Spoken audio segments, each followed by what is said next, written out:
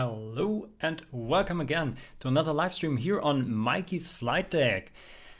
Thank you all for being here again on this weekend and another live stream in my November special here. I'm streaming some interesting topics these months here. So last week we had here Sebastian from MobiFlight, and this evening we have again some very interesting guests with an even more interesting project here. They have bought a complete Boeing nose and transported it to their home and now built their cockpit in there. So let's welcome them here. Let's switch to the guests here. And I say hello to the team of Aerodreams. Good evening to you. Hello. Good evening. Hi. So, I can't even describe. I'm really nervous now to see these pictures of you. But before we come to what you have bought and built, of course, by yourself, let's say something about you, your name, what are you doing, and what is your relationship to flight simulation or even real flight world? Okay. First of all, thank you for having us here this evening. I'm Alex. I'm a plane spotter and doing flight simulations for the last 15 years. So, example, yes. And Tim and I are colleagues at work, and so we met each other on flight simulation. My name is Tim. I'm an electrician at a car factory supplier. I started flight simming with the age of 10, so 10 years ago. Then I started real world flying for gliders and for small engine planes. And still doing flight simulation. Okay, cool. Yeah, my name is Mario. I'm a plane spotter too. I met Alex in Frankfurt for 10, 12 years. And my first flight simulator was the Microsoft Flight Simulator 2004. I think, Okay. 2004. Yeah, and so here we are. Yeah, cool. 2004. I think I can beat this. My first Microsoft Flight Simulator was 5.1. I don't know if any one of you knows this still. No. I think it was the version where the world was around for the first time. Okay. Before this, Okay. it was just a flat area. Okay. Yes, an electrician. You said I have watched your YouTube channel before, Tim, and there you can guess that you really know what you are doing when it comes to electronics. I think. Yes. Yeah. The job helps a lot. But I started flight simulation before I got this job. So the first connection with electronics was with flight simulation. And you three, you have met each other, or the topic you have in common is this plane spotting topic, I think. No, Alex and me, we met us in Frankfurt, and Tim, we met at We met at Instagram. He texted Okay. me and said he lives in the same place, and if he could come and have some fun in my old simulator at home. Yeah, we met each other. Okay. And a little bit funny was how I met Tim. His boss, his former boss, know me also, and then told me a guy from my had a flight simulator at home. And I think, yeah, okay, I have the same, yes. But half a year later, I saw a picture of this flight simulator in his childhood room, and so I give him a call, and here we are. Okay. Yeah. Lucky for us all, because now we're even seeing more of you with this new real Boeing nose. And I think let's come to this. You have brought some pictures here for all the audience here to show them. And I think we'll you can prepare this already. I can say hello to the chat during this. Hello, Katja Günzel we have here. Hello, and Fly with My wife is here. That's Hi. it's your wife. Okay. I hope she's in the same room here or just joining us with in the chat. Only in the chat. On the chat. So Matteo, hello. So then let's start and see what we have here. Yep. It's pictures. Start with the pictures from today. Just a second.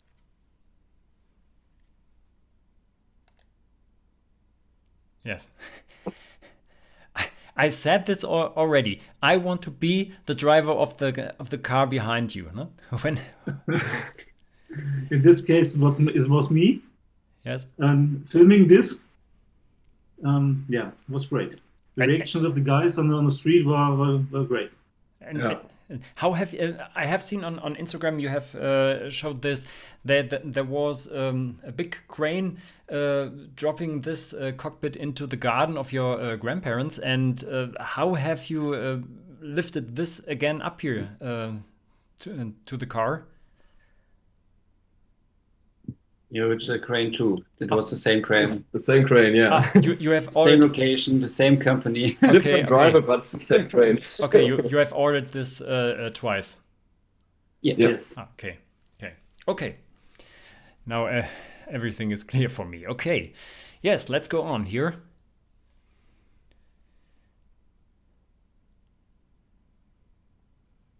So I took many pictures of today. So I fly by. So there wasn't any This is the- difficulties here. Normally you have a heavy transport for something like this, but this seems to be normal width and height, so you could pass everything. Yes, exactly. You could drive with 2 meter 55, and we were 2 about, meter 45. yeah, Okay. where we wanted to place, and the height is 4 meters in Germany. That was no problem for us. Yeah. The weight of the cockpit is around 750 kilos, so the weight was not a problem. The only problem today was the gates at the plant. Yeah. Yes. 700 kilos. I have lifted my new laser into the basement. I think it's 120 to 150 or so, and I thought I was dying. 750 kilos is a little bit higher. Yes. No, it was okay. Yeah, but we had the help from the crane, so that was no problem. So And on these pictures, you can see the airfield in our city. In the background, you see the tower. And this airfield, Tim is on a glider. yeah. Yeah. Yeah, it's not it's only a glider or a small general aviation field, I think. No, we have grass runway. The heaviest plane which lands is the Pilatus PC-12.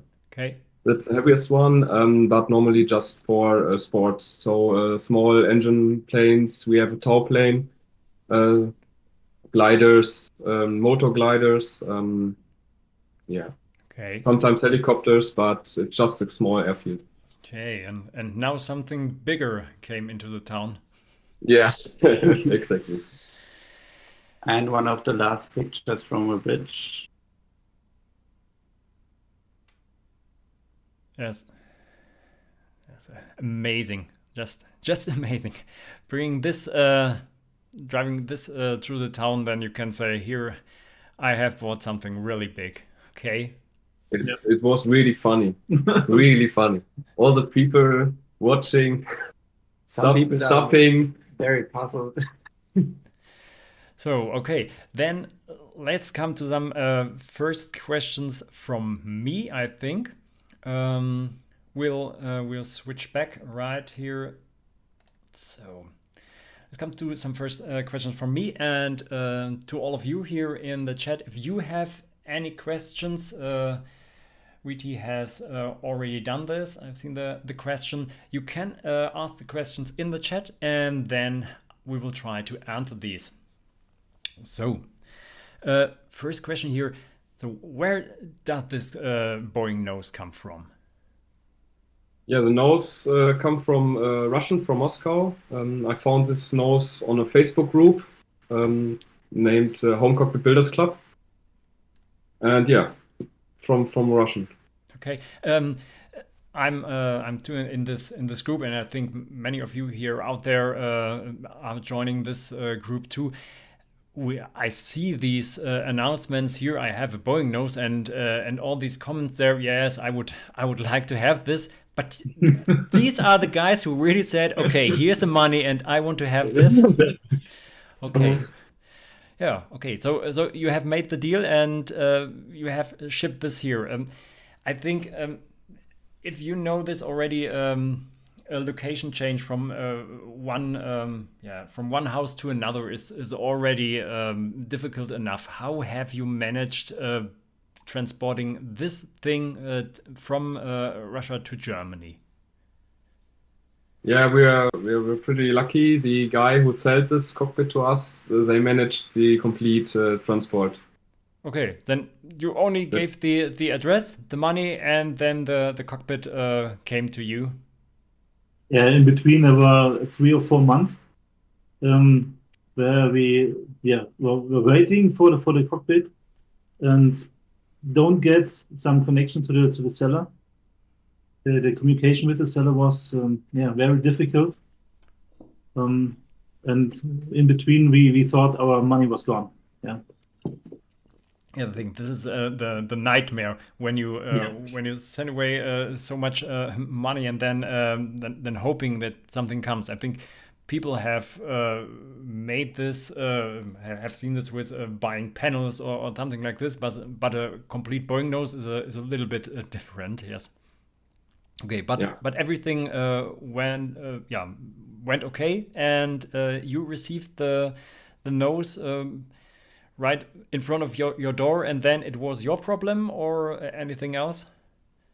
We get the message one day before from the seller that the cockpit arrives tomorrow at the customs. Mm-hmm. And so we both need some vacation and drove to the customs office. Got the complete paperwork done in about 4 hours, 4 or 5 hours, and then we could take it to the garden. Okay, and first step. Yeah, and the transport to the garden was organized by you then? No. The truck driver arrives at customs, then he waits until the paperwork was done, and after that he followed us to the garden. Okay. I wouldn't have thought this, that the truck driver waits 4 hours for you making paperwork, but okay. He got no other opinion because he only spoke Russian and he can't go to the customs office and then told them what he want to do. So it was our job. Okay, cool. And yes, and then the crane brought this cockpit to the garden of your grandparents at a first location then. Yeah. Okay. Yes, I know what comes in the chat now. Can you say how much such a cockpit costs? I know the people will ask this. Yeah, as always. We don't want to talk about the cost at all, but we can say it's nearly 5. How can I say it? Yeah, 5K. Yeah, nearly 5K. Yeah. Yes. Okay. I think even this again is a good price for when you compare it with some original panels, for example, that are sold in these groups, where I think hundreds of dollars and euros for a panel where thousands of people have touched this. I don't want to have this. I think. Okay. Yeah, or for example, a motorized throttle unit is above 2,000 euros Yes. every time. Yes. So it's compared to this, it's not so big. Yes, when you get the cheap ones with much plastic, the aluminum ones come really fast to 3,000 or 4,000, right? Yeah. Yeah, and to be fair, it's a 737 Classic, and they are a lot cheaper than the NGs. Yeah. Ah, So okay. Yeah, we go from Classic to NG now. Is there really much difference? I think Boeing has kept the design or the shell of the Boeings over time, and I think I'm not very deep in this Boeing shell topic, but what I have seen in some documentation, they mostly changed the motors or the length of the plane, but the cockpit nearly was always the same, right? Yeah, exactly. The Boeing 720 was out there before the 707, and up to the 737 MAX, it was all times the same shell cockpit, the same cockpit shell. Yeah. But the cockpit interior changed. Yes, of course. Yeah. And now you have already built full-size cockpit at home, and now you have the task to build this simulator into this original Boeing shell. Yes. Yeah. What do you see any problems, or what are the most difficult parts of this assembling here? Yeah, the most difficult part is to fit in the NG parts in this classic cockpit for the sidewalls, for example, or the MIP is different. The CDU bay is different, is wider than in the classic. That's a big problem. Yeah. Okay. You built the sidewalls from your sketches made of wood, and fit them now into the classic cockpit. Yes, I remember this this talking we had on Facebook. The sidewall plans are 4 centimeters too long. Too wide. Yeah, too wide. That's why. Too wide. As I built them in January because in the first step we wanted to build the simulator new from wood in a professional way. And later on, we decided to buy the shell and fit it in. But I built in January from the sketches, and now we try to put it in a new shell. And you can see a picture maybe. Let me show you a picture. Just a second. Yes, we can switch here. And then we saw that you can see it now. Yeah. Yes. There you see the sidewall of the captain's side, and we fixed already the width of this sidewall. We cut out 40 millimeters. So you can see the screws. So the width. Okay, that it's not the length. So from the front to the rear, but to the inside, right? Yes, right. Okay. That's pretty much. It's here. These 40 millimeters. You see, on the pedestal for the deck for the. Then 40 millimeters is a right. lot when it's to the inside, right? Mm-hmm. And so now it fits perfectly. The rest was okay. Yeah, the rest was okay. Okay. But as you can imagine, we were a bit disappointed in this time point. But we fixed it. No problem at all. Yeah, I always thought of redoing these planes. These planes are not mine. I only have the allowance from the owner to host them on my side.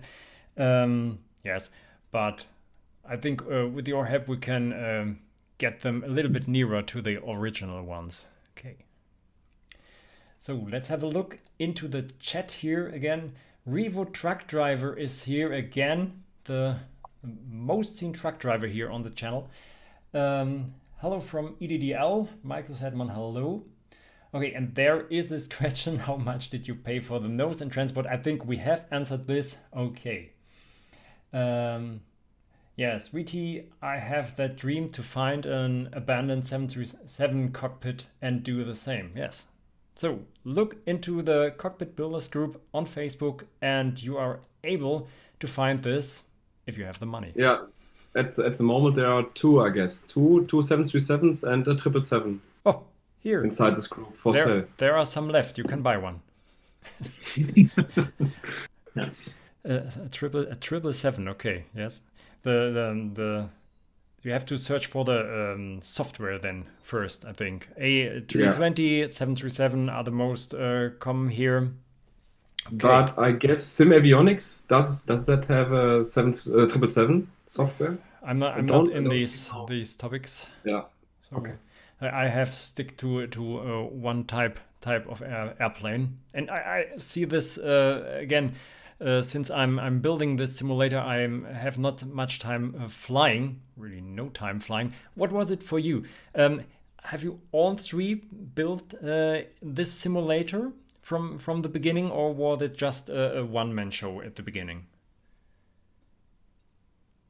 At the first beginning, yes. Yeah, one-man show, yeah. I built the simulator at my place at home, and they came and visit me and flew for hours and hours, and then at some point we decided to build a new one. Hmm. Okay. So we called it Schnapsidee and just bought the cockpit from Russia. Yes, you must be a little bit nerdy to do this, right? Yeah, one day Tim came to my office and wanted to jog me and show me a cockpit. It was a 340 cockpit in England. Great Britain. Yeah. And how about buying this? And I thought, yes, okay, why not? And so it began. Yeah. And we have said this. You have already a good working simulator, and I think the simulator was finished. You have you had projectors or monitors in it? I had a projector for the main view, and for left and right I had TVs. Ah, right. Okay. Yes, and so it was completely flyable. And what was this reason that you said, let's go to the next level? What was it that you were missing in the simulator? Yeah, the main point was that I could not fit 180 degrees wraparound screen around it. The room was just too small. The next big point was it was directly what's the name? Directly beside the bedroom of my father. So that was a big problem. I could not start the engines at 10 p.m. That was Okay. Yes. Yeah. Okay. That's the room problem. I think everyone knows this, even if he doesn't own a full cockpit shell. Okay. Yes. So that was only the changing of the location, and now you have brought it to another location. And can you say a little bit about this location? Not where it is, but what is the advantage of this location now? Yeah, it fits perfect for us at the moment. It's about 70, 80 square meters. The height is okay. The width for the projectors, so for the screens are perfect. And yeah, the guy who is renting this for us is also a aviation guy. He's a pilot, private pilot, I guess. And next to it is a flight school, so it fits perfect. Okay, so okay. Then there comes now monthly costs to this simulation hobby for you. I think something that you don't have when you have your normal full-size cockpit at home. So do you take this as just as it is, more costs for your hobby, or are there some thoughts of making some income with this hobby in the future? Yes, we are planning to offer it for the guys who want to fly. For the public, yeah. For the public. Okay, then there will be an official place, website, and so on, where you can book flying time in your cockpit. Then. Yeah. Okay. I have thought this too for my cockpit, really, in the future. What holded me back are the costs of the commercial versions of these softwares. Just again, don't say anything about the costs. I think they are high. Or have you already looked what commercial versions of this would cost, and how you can create the prices to get this back? You mean the software costs? Yeah, yes. For example, are you using a ProSim, for example? Right. So Right. then it's something. We have the private version, and they have a commercial version, and I don't know what it costs. But I think you will have to get more people through this every month to hold these costs, I think, no? Yeah, we don't really looked up the costs by now. We just want to build the sim to make it flyable for us and for family, and then we will make it for the public. Sure. So it's part of the future. Yeah. I think the next 6 months is only for us. Yeah. Yes, of course. And You then, have to build this in there. If you Yeah. are ready in 1 year, then you can be lucky. I think, no?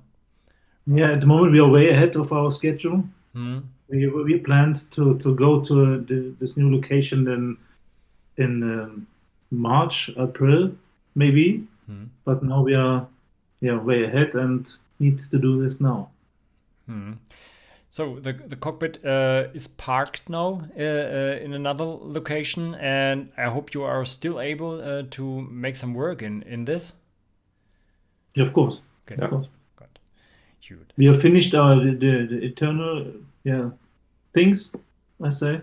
Now it's time to fit in the electronics, and so we need a dry and warm place. Yeah, that was the main reason for the change of the location. Because in a tent, you can imagine every morning there's water all inside the cockpit because of heat condensation. Yes. Condensation. These are the natural problems. But I thought when I have seen this the first time, then I thought, okay, as you have said, 750 kilos won't be taken away overnight, but any persons coming in there and rubbing your throttles, or for example, yes, okay. So then it's more secure than the tent. Yeah, it's more secured. Way more secure. Yeah, and what about this shell? Does this real cockpit shell gives some more realism instead of your home built cockpit? Yeah, it's a real huge difference because we had the throttles, the controls in it, the rudders, the brakes. Parts of the throttle were also inside.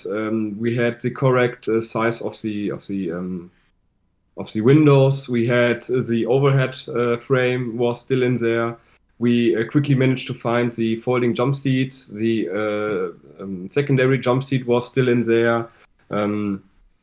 Yeah, it's a huge difference. All is metal, no wood. It smells like an old plane. That's very important. Yeah. Okay.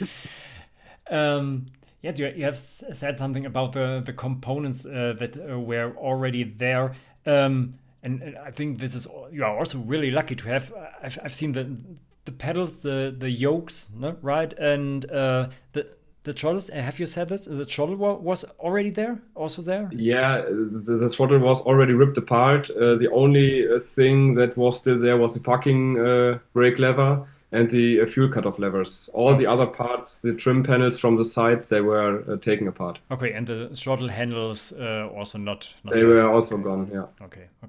But you have this really difficult to make parking brake lever. Okay. Yeah, but I managed to get it. Okay, to work, So make this it one make it works. working. Yeah. Okay. The throttle we are using is from Flying Gravity, Yeah. and the small tube that is connected to the brakes was still there. So I made a metal plate which I connected to the parking brake lever, and now the parking brake from the Flying Gravity throttle works just like the real thing. Okay. Amazing. I think this comes this meets also a question here from the chat from VT. I would like to know if you could interface everything. So I think after this we can come to some more pictures there, so that the audience can see what they should have to imagine when we are talking about this cockpit. So you said already you could interface with some of the components. For example, as I said, the parking brake lever works just like the real thing. The switch for the parking brake light was still in there. I don't know if you know the operations of the parking brake. You have to press the pedals, Yes. then raise the lever, and the pedals will stay in place. Okay. And there's a small switch which gets this information that the parking brake lever is pulled, so the light goes on the parking brake lever. This switch was still in place, so we can interface this switch just to the LED and the Flying Gravity one, and have the right operation. These are things. I think are these things you know when you only fly a simulator. I think is this function, for example, in the PMDG modeled this? It's modeled visually. So if you this is long time ago. I flew the PMDG 737. Don't really know this, but I believe so. That if you press the parking brake lever switch at your keyboard or at your throttle, I guess then the brakes get pressed in the cockpit. Oh, but I'm not sure about it. Okay, then we'll take a look, if possible, to some more pictures of your cockpit now. Ja. Mach mal das hier. Nee, nicht das. Das ist recht klein. So, and while we're doing this, I can answer a question from Manbas Alpha. Why ProSim? It is very expensive. Are you going to interface with Arduino and MobiFlight? Okay. The MIP, so the main instrument panel will be done by Arcase boards, because I really like these small boards. They're cheap. You can even get LEDs to this board. So I will work with MobiFlight. ProSim is, in my eyes, the best option. It gives you about 100% of the cockpit functions. They're getting updates. Pretty good software. Really a software that is where you are getting monthly updates from, I think, right? Yeah. So here we have a look into your cockpit, and this was at the time where it was in the tent, I think, no? Right? Yeah, exactly. Okay. That was in the tent. It was the day we painted the floor. You can see, just like Alex said before, we had to cut the CDU bay to make it wider. The left CDU bay is what I was cut out. The right one is still in place. The complete MIP structure is taken apart because the classic MIP is not compatible with the NG one, so we had to cut her out. Yeah. But the gear lever is still still in place there. There it is. Yes. Okay. Yeah. Sure. As the overhead as well. Yes. I think you will use your overhead panels you have bought. Have you already tried? Do they fit there, or will you need to build a new holder for this, or use your overhead frame to hold them? For the first months, we will take the OEM part, the frame out, and put my old one in, because this overhead just works fine. But the panels do not fit into this frame because there are fasteners inside, SAS fasteners they call so, they don't fit in the frame. So we will take the frame out, put my old overhead in, and then start to upgrade the overhead, and then at some point replace them.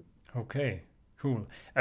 I'm still fascinated that both yokes are in place and from my perspective fully functional right here.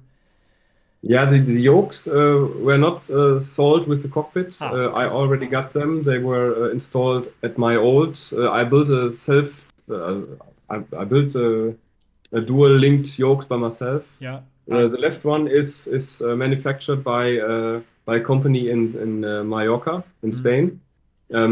This one is not EM, but the right one is OEM. Still needs to get painted and to put the switches back. Okay. It's hard to find an OEM control wheel for the captain side. Okay. Yeah. They are different. Okay. Yeah. Hugh, let's go on. What do you have more from as pictures here? Yeah. One moment.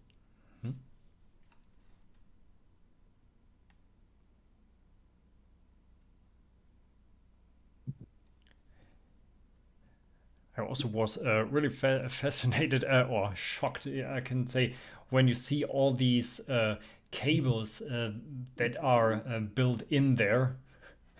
Yeah, we ripped about 50 to 60 kilograms of cables out of it. 50 kilograms? Yeah. And that's not all. Some left. Also the air condition hoses, so you can see the cables from the overhead panel. There's only the overhead panel. Wow. Okay. And on the right side, you can see many cables as well inside the shell. Yes. For the fuse panels. Yeah. Okay. Yes, or you can see them from down there underneath the cockpit. Yeah. Yes. Yeah. Okay. Right. Fascinating. Absolutely fascinating. Can you reuse them? I think when you know the channel from Helimac, from Carl, from Brunei, he is using, I think, nearly these original panel cables. And can you use them, or are they just to rip out?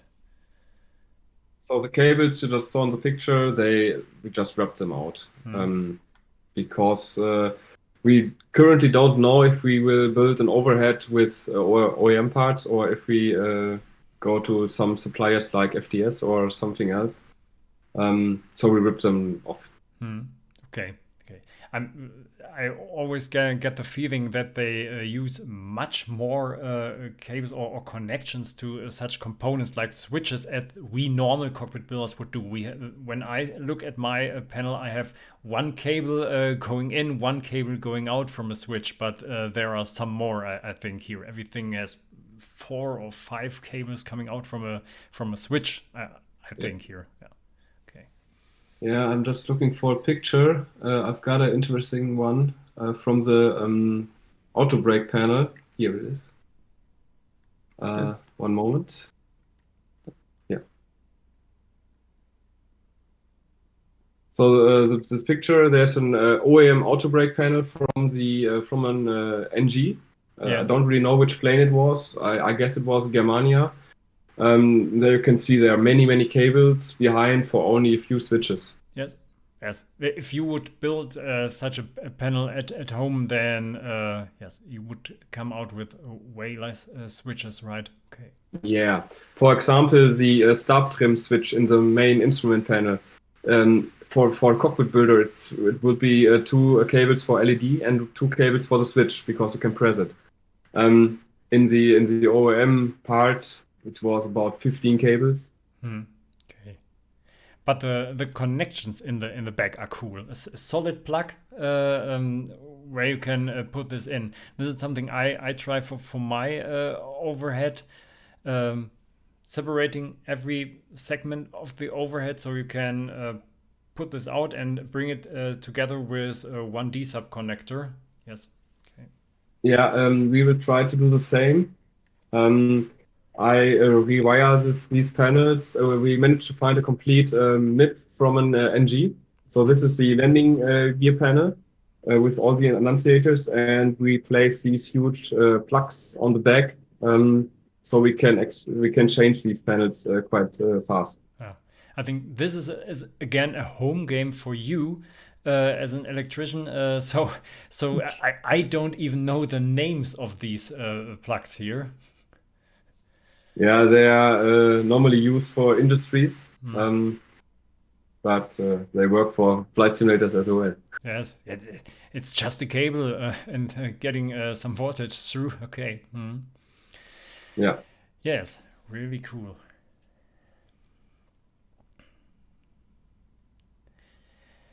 So where we are at on this hardware, maybe you can tell us a little bit. You have said this before. What your current simulation setup is about. Panels, interface cards, and what you're using. You have already said that the cards you are using, for example, where's your overhead panel from, and what is the background of cards and drivers you are using? Yeah, the pedestal I was using at my simulator, and we will use this one as well in the cockpit, is from Flightdeck Solutions. They've got their own cards in it. They're really, really good. So the best you can get right here. Yeah, they already got these fasteners, so these panels fit directly into the panels in the cockpit shell. You just plug them in and fasten these 4 screws with a 90-degree turn, and then they are secured. The main instrument panel, as I said, is powered by arcade cards, 2 of them.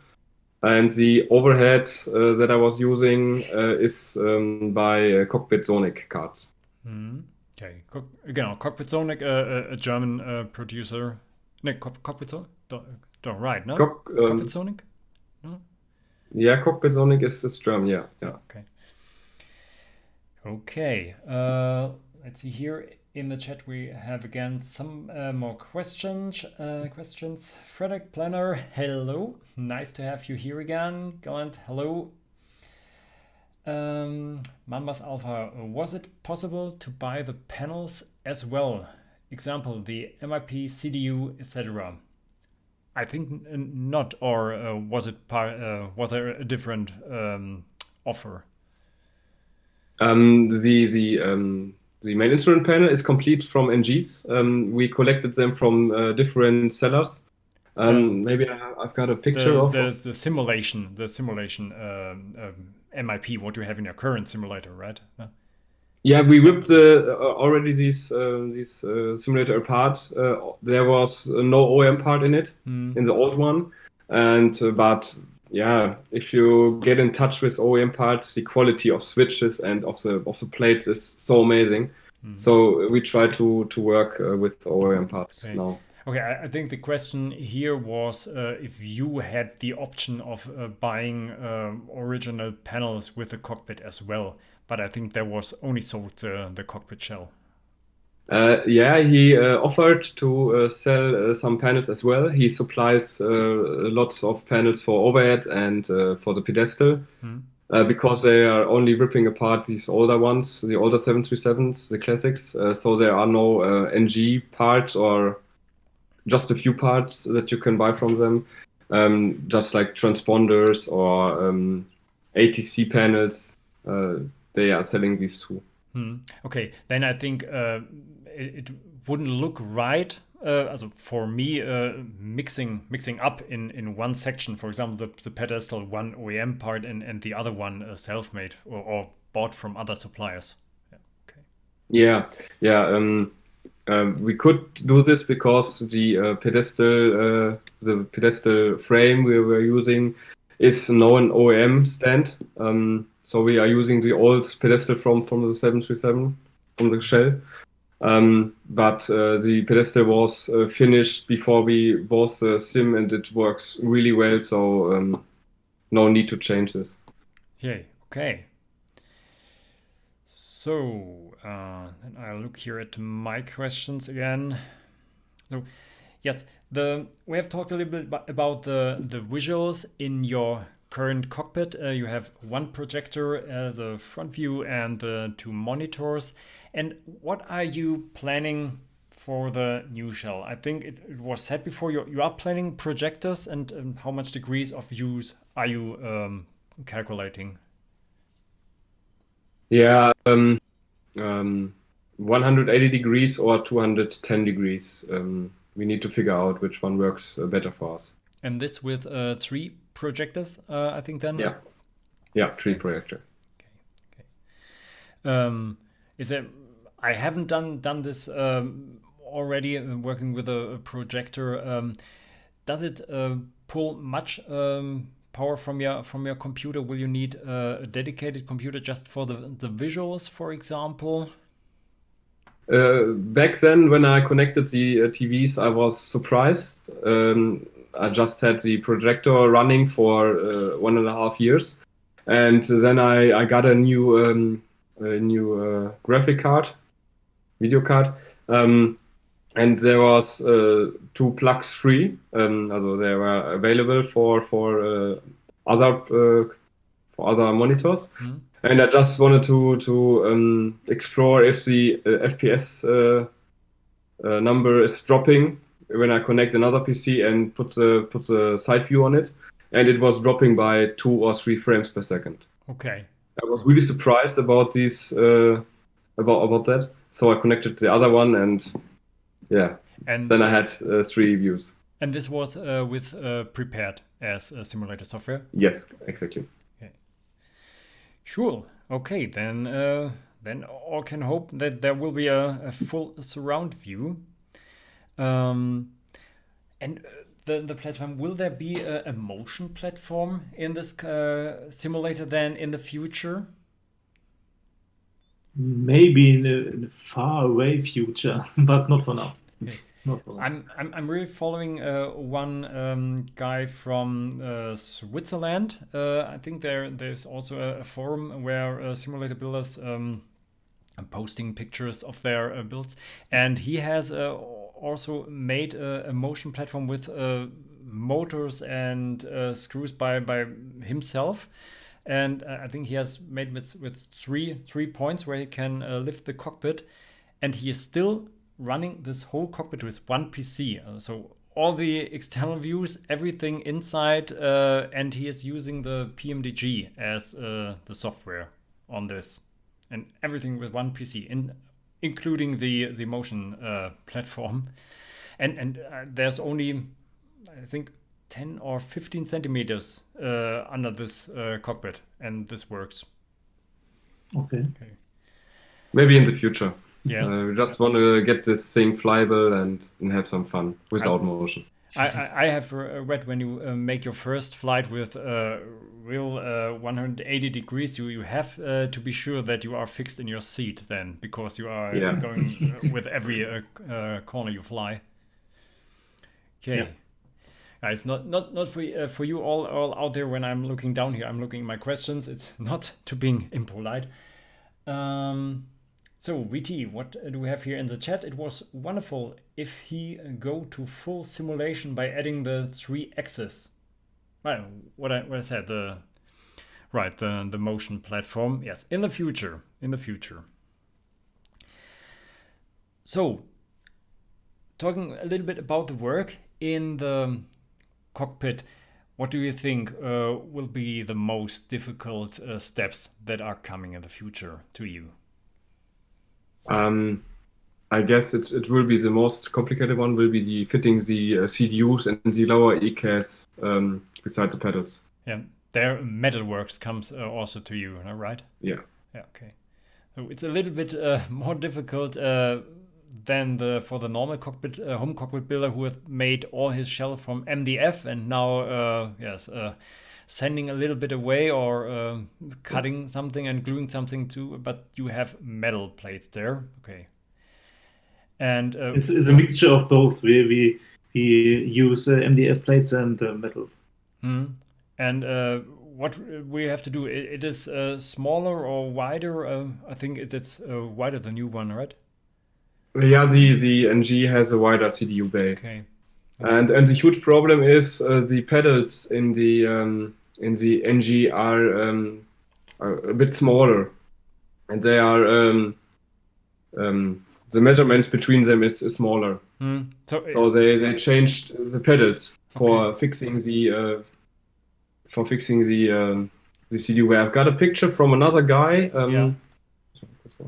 From another guy who also made a project like this. He bought a 737 nose section and transformed her into a NG cockpit. It's a screenshot from the internet. Just need to search it. Yeah, I think we all know there is not much place beside these pedals, and when this middle CDU frame would become wider, then the pedals have to make a place for it, right? Yeah. So okay, we was look at the picture. I'm thinking. Yeah, I'm currently searching if I could find it. So will the pedals become smaller then? The base of the pedals not really, but we fit in a plate on the side of the CDU, so the room itself will be smaller than the classic version. Maybe I can. I've got this photo on my mobile phone. Just one moment, and I can show it. So for everyone here in the chat, you can post your questions in the chat. We can answer them here live if you're interested in some more topics we should discuss here. So, but when only the CDU is the most complicated part, I think while Tim is searching this photo, you can see we can talk. Are there any other steps that will be big and challenging in the future? Yeah, I got it. As you can maybe see here, so this is from another guy who built it, and he fits the FDS, which already has the original size. Yes. He fits it into the CDU bay. So as you can see, they are 2 to 4 centimeters. They are wider. Yeah. And he just made an edge into the bay to get it, and we will put some extra wood and sheets of metal to make the CDU bay a bit bigger. Okay. So then the pedals will stay in the same size, and you just have a little bit less room for your exactly. Then, okay. I don't want to touch the pedal mechanism. It's so complicated with a lot of metal with roller bearings. Yeah. Okay. Very complicated. I don't want to touch it because I maybe break it and then just leave it. Never touch a running system. We know this. Yeah, exactly. That's right. So now you can show you a picture. Yeah. You can see the small room. Okay, there it comes. One moment. Yes, and go live. Yeah. So now you can see. You can maybe see it. Yeah. Here, this is the original plate, and we covered it with wood. So this space here is getting a bit smaller, but the pedals still can travel their complete way. No, not much place here. Yeah. Okay. Yeah, the same room on the other side than for the CDU bay. Okay. Yeah. Okay. Yes. So it will look a bit different, but it will work like in the real one. Okay, the tiller you have also already installed. Right. Yeah, Okay. the handle is OEM. It was a part I purchased some weeks ago. Yeah. And the mechanics behind I built by myself. Maybe I can show them as well. Here. No, I explained it. I think. Nochmal. Let's go wieder. Ja, Taste. Yeah. Taste. One moment, please. Yes, we can wait. Looking I'm to normally using Windows PCs, and now we have a MacBook here. Okay. So this mechanism is built by yourself there behind this tiller Yeah, here. exactly. You can see the gas damper at the back. This one is making the pressure to turn the tiller. Yeah. Yeah. And we screwed this one into the shell so we can disconnect the sidewall trim and still have the mechanics on the shell. We just need to unscrew the tiller handle. Okay. Okay. We also built in a gate outside of the shell, so we can fix some problems from outside. Maybe we have a picture. Yeah, I have got a picture where you can see it. I think I haven't never seen before a tiller mechanism with a gas spring. You know these mechanism, I think with normal springs, making circles behind the tiller and bring the spring to tension and then so centering it back. Okay, but with a gas spring, okay.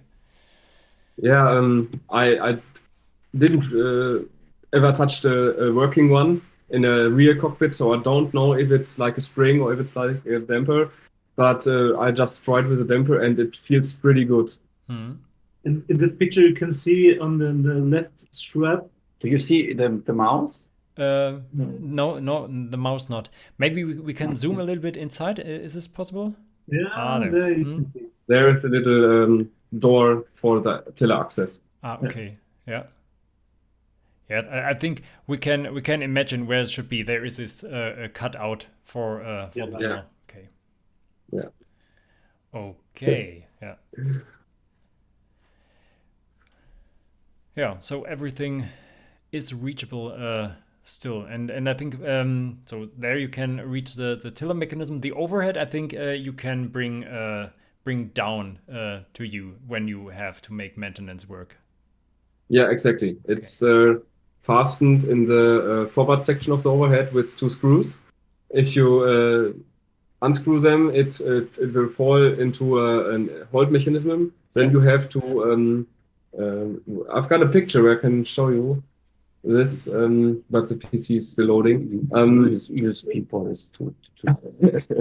I've got a picture from the overhead where you can see it falls down into in a handle to hold it up and hook it up, and then you have to press the handle and then it comes down. Okay. Yeah. No. Never let it come down too much. I have seen this video from Build a Boeing. His overhead fell down and ripped away his throttle handles. Okay. Here you can see between the attend call switch and the ground call switch this little handle. And you have to press it forward to swing the overhead down. Cool. Okay. And the same in the after overhead. Okay, and this is the original function of this overhead. Exactly. Okay. We just sell this one because we found an NG overhead frame, and the NG has some small changes. For example, the switches for the rain excellent, they are not they don't exist anymore in the NGs, and the Viper switch is a bit different. Okay. Yes. Oh, amazing! A real overhead with a working mechanism to get it out. I have to pull my overhead over my complete frame and build it up from above. I'm still searching for some better techniques. Okay. In my last sim, the overhead was also swingable. I screwed some big screws at the back of the overhead. And then I had two fasteners. Don't really know the name, but it's you have to rise and handle over another screw, and then it fixed in place. Yeah. And Okay. this one worked really well. So maybe this one could be a solution for you as well. We'll have to talk about this later. Okay. So, okay, then we Feel free we to look over and come we'll over. switch over again back to our back away from the presentation mode now. Okay. Oh, there we are again. So, no, then let's come to some last questions. I think have we something again in the chat here? No, not we don't have. So then I will continue asking here. Can you tell us a little bit about the roadmap? What are the next steps now here in the cockpit build? Yeah, the next big step is to get the shell into the location. Now the gate is too small for the shell. Yeah. It's about 7 centimeters in the height, but I guess tomorrow we will fit this, and then Hopefully. yeah. Okay. So we are a bit disappointed this evening. Yeah.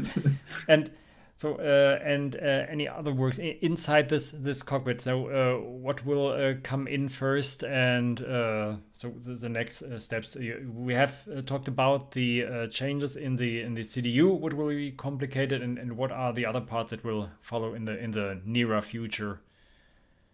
Yeah, we are in the moment we are building the MIP. Yes. And yeah, then the CDU bay, and then is the next step to fit in the side walls are almost ready, completed, and then it's time to fit them in for the FO side. Captain side is ready. All ready. We have a picture here now. But it's too small. Okay. Too small. Okay. Maybe I can show it as well on the handy, on the mobile phone. Yeah. So the glare shield is fit in, and glare wings we have to build. Now here. The undercarriage of the glare wing, yeah. Yeah. Here you can see the current state of the cockpit. Yes. Yeah. Okay. So the mid panels are installed, the glare shield is installed. They are all wired up with these big plugs. Yeah. And we just need to connect the cables behind, and then they will work. Thereafter, we need to install the PCs, the PC monitors, and then the overhead. My old overhead will join in. The pedestal is already finished with the throttle unit. Okay. We need to interface the controls, the yokes, the ailerons, the rudders, the brakes, the differential brakes. Then we need to paint the trim for the interior, install the seats, and then make it fly. Absolutely, I can imagine how much work this must be, and so all this metal work, I think, must be something you must have to know what you are doing. Then I think I'm. If I can say this, a woodworker, and with wood, if something doesn't fit right, then you can sand away a little bit, and a millimeter in or off doesn't make the difference. When you are dealing with metal, then tenths of a millimeter is a disaster already, right? Yeah, you need to use other tools. So we use Flex. Is this right in English? Flex, one of my 5 most used tools. So yeah, and it works pretty well actually. Aluminium is not as strong as steel, so you can really sand it with a hand already. Okay. Its know-how level is very high by 2 persons, Alex and Tim, not by myself. So it works with Flex and tools. Okay, and you have ridden written a plan, so you can make a list of milestones, and you can check, I have done this now, so that you can follow a plan and motivate yourself a little bit? Not really. No. Our motivation is the progress we see ourselves. Yeah. Okay. The first time the glare shield and the panels from the MIP were installed, we were like, And you lighten up. So yeah. So the panels, right? I think this can be difficult too. We have seen the naked glare shield here on the picture, but you have to build in the MCP and the EFIS panels still, right? yeah, but luckily we already tried, they fit in perfectly. Okay. We use the IFIS we currently using are from a company in Spain, pretty popular. I don't really know the name by now. Open Cockpits. Open Cockpits, yeah, exactly, Open Cockpits. Okay. And the MCP is from Virtual Avionics, and they fit in the OEM part. Okay. Even with the screws to get it tight. Yeah. They just fit. Okay. Wonderful. Okay. Luckily.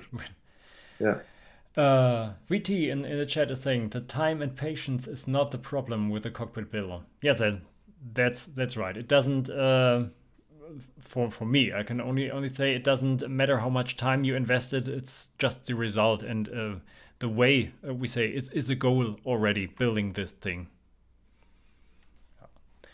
Okay. So we have already talked about your brand Aerodreams and the maybe future plans of bringing a commercial product on the market. Aerodreams started when you have bought this new cockpit, I think, or was this name there already before? The name was already before. Okay. We had a Schnapsidee and just searched for a name and a logo. So. And then you have bought the T-shirts, and I think you have already the pencils and coffee cups and so on. No. Just the T-shirts for now. Maybe later. Later. Okay. I don't know if you have watched these old YouTube videos from the Norwegian 737 project. I think before he has built in some panels, he has ordered T-shirts and coffee cups with this logo. Yeah. Okay. Yeah, that's true. Okay. And I really love this project. I've viewed his videos a couple of times, and he's just a funny guy. Yeah, and he also had made later a commercial project out of this. I don't think if he has still time. I think now with Corona and no more planes flying, he has more time for this simulator. But yes, but he has also made this and made a business out of this later. Yeah. A question from the chat here from Mick1958. What projectors will you use, and what immersive software will you use? We need to look that up in the future. Don't really know about projectors or so. We will start with TVs for ourselves to get back in the air and to test the system, and then we will need to search for a suitable projector. And so with your current setup with one projector and the two monitors, you wasn't in need for an immersive software until now. Yeah, right. Okay. No. So then we will see. I think, Fly Elise is one well-known name here in this topic, but I think there are some more, 2 or 3 others here in the market. Okay, let's see what you will choose then. Yes. So then one last question from me here. I think 3 guys, 1 cockpit. Is there sometimes a problem to find out who's the pilot flying? No. Not at this time. Maybe next year.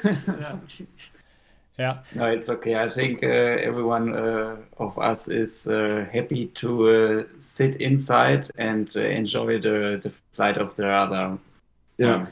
So there will be a rotation, one in the FO, one in the cockpit, captains, one in the jump seat. So it's okay for us. Yeah. And the jump seat is really comfortable as well. Yeah. Okay. So you can make a flight on the jump seat with no Yeah, problem. yeah.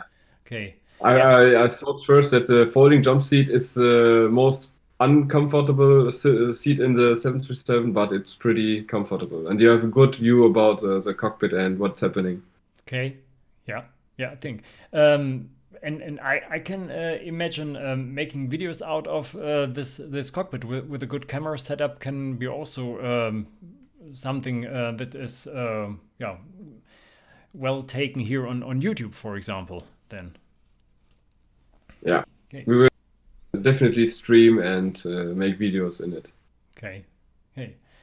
Yeah, I hope we'll see some more videos from you here on YouTube. Then maybe some go arounds through the cockpit or something like this. I miss these go arounds in this old cockpit. Oh, so then go on and make some videos from the new cockpit one here. Okay. Yeah, definitely. Right. One will be the instructor, was one here from the chat from WT. Yes, is an instructor station. Do you have an instructor station in your current setup? I was using a tablet, an old iPad for the instructor station. That works really fine. ProSim has an you just type in your IP address at the search function at Google, and then you directly jump into the instructor station and can insert all the different failures and so on. Yeah. It's really funny to be the instructor. Yeah, I think when one is giving in failures and the other one's not knowing about this, then you can test the reaction of them. Okay. Yeah. Okay. Then you, I think from the tree pilot question here, then you are finding always a good solution for everyone to fly there in this cockpit then here. Okay. So, yeah, I don't see any further questions here in the chat. I think we have talked all the topics I have. Is there anything you want to say here at the end to the audience here? For example, don't do this at home, but don't make the same mistakes as us. The cockpit knows. No, I guess the main thing is if you are into this hobby and you have the time, why not? It's not really complicated to buy a nose.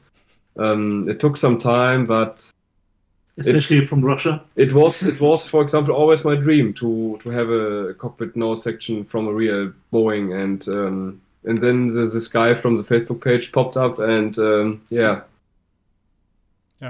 half a year later, there's a 737 sitting in the backyard. A dream comes true. And after you have finished this 737, then you can finally make the A330, I think. I think let's start with the A320. Okay. It's up to these guys. My dream was the 737, and then I will be satisfied, and I will continue with every type of plane. Yeah. So they need to choose.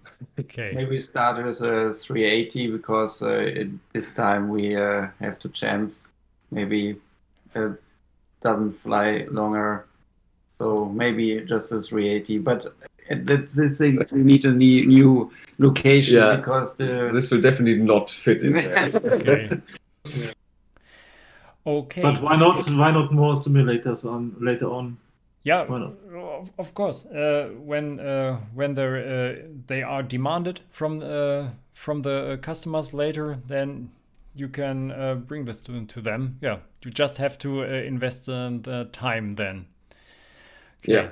Yeah, and especially when you are running a business, I have seen another video from one who building up a commercial software, a commercial simulator, and yes, there you can see the difference from us hobby guys to the from the beginning professional guys. They don't have the time to build long. There have to be the panels. It must all fit and be ready in 3 months, for example, and then it has to run. Yeah. Okay. Yeah. It's I guess it's the reason why not really they're not really so much simulators for the public which are located in an OEM shell.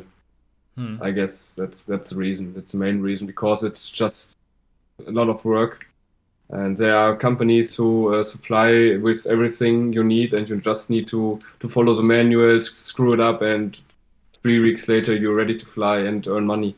Yeah, right. So then, first of all, to you here, thank you that you have taken the time for being here and showing us here the pictures and ideas from your cockpit. Thanks to the chat, all people here who have watched this video here now online. I will make a description where you can jump to all these questions and topics we have talked this later. Give me the time, I will review this and then bring this in. But now to you, good luck with your cockpit shell and the new brand Aerodreams. And I hope we'll see more of you in the future then. Okay. Yeah, thank you. Thank you very much. Thank you for having us this evening. Thank you for the guys out there in the chat for being with us, and all the best. So then, to all of you, thank you all for being here. Have a good night, and I hope we will see us soon back on the flight deck.